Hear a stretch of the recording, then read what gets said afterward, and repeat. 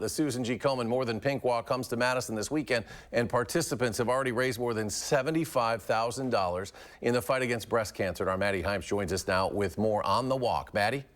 Yeah, Eric, researchers at UW's Carbone Cancer Center tell me their research, funded in part by the Susan G. Komen Foundation, is working to make breast cancer screening more accessible for all. Sometimes some of the fear is that this is something that I can't really do anything about. But the great thing about our world is that you can do something about that. Dr. Anand Narayan says his goal is to make screenings available for those in ethnic minority groups, living in rural areas, and those without insurance. And so that means actually making sure that all the women who are part of our communities here in Madison and Dane County and beyond that and throughout the state have access to timely cancer screening. Metastatic breast cancer fighter Janet Ramsey tells me she's thankful to have access to that care. She was diagnosed in the emergency room after experiencing physical declines and irregular pains. By the time, I did go to the emergency room, the cancer was all over my skull, my spine, my ribs, my pelvis.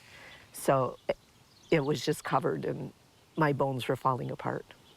So it was very painful. This was Ramsey's second diagnosis, having beat breast cancer once before in her 50s. But she's been a volunteer with the Susan G. Komen Foundation even longer than that. It just kind of like comes full circle. I mean, it was nice to raise the money and be able to see what the Komen organization has done over the years and be a part of it, and then come back to me where I need help now. Now Ramsey travels to Washington, D.C. as a public policy advocate for survivors and walks with More Than Pink every year.